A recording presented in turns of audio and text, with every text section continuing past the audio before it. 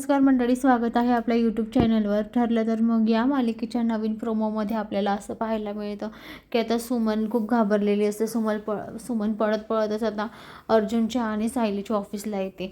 ती सायलीच्या ऑफिसला आल्यावर आता ती म्हणते सायली अर्जुन. तेव्हा आता सायलीला सुमनला पाहून खूप मोठा धक्का बसतो.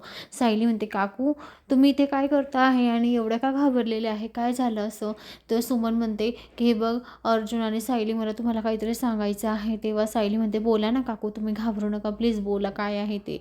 तेव्हा आता सुमन म्हणते हे बघ अर्जुन, 22 वर्षापूर्वी भाऊजींचा आणि वहिनीचा ॲक्सिडेंट झाला होता ना, त्यामागे माझ्या नवऱ्याचा हात आहे.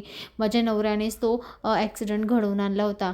माझा नवरा आणि महिपत दोघांनी मिळून तो ॲक्सिडेंट घडवून आणलेला होता, कारण माझ्या नवऱ्याला त्यांची भाऊजींची संपत्ती हवी होती, म्हणून त्यांनी हा ॲक्सिडेंट घडवून आणलेला होता.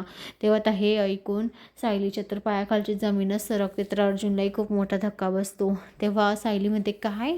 तेव्हा सुमन म्हणते हो, हे बघ माझ्या मागे येणं गुंड लागलेले आहे आणि मला ते शोधत आहे. तेव्हा आता दरवाजा ठक ठक ठक ठक असा वाजतो. तेव्हा आता सुमन खूप घाबरते की मला शोधण्यासाठी बघ कोण आलेलं आहे. माझं काही खरं नाही, आता माझ्या जीवाला खूप धोका आहे. तेव्हा आता सायली आणि अर्जुन म्हणतात हे बघा काकू, तुम्ही काही काळजी करू नका, तुम्ही काही टेन्शन घेऊ नका, सगळं व्यवस्थित होईल. आम्ही तुमची जबाबदारी घेतो, तुम्हाला काहीच होणार नाही, तुमच्या केसाला सुद्धा धक्का लागणार नाही, असं अर्जुन सुमन काकूला विश्वास देत असतो. तर मंडळी आता अर्जुन आणि सायलीच्या तर समोर सगळं सत्य आणलेलं आहे.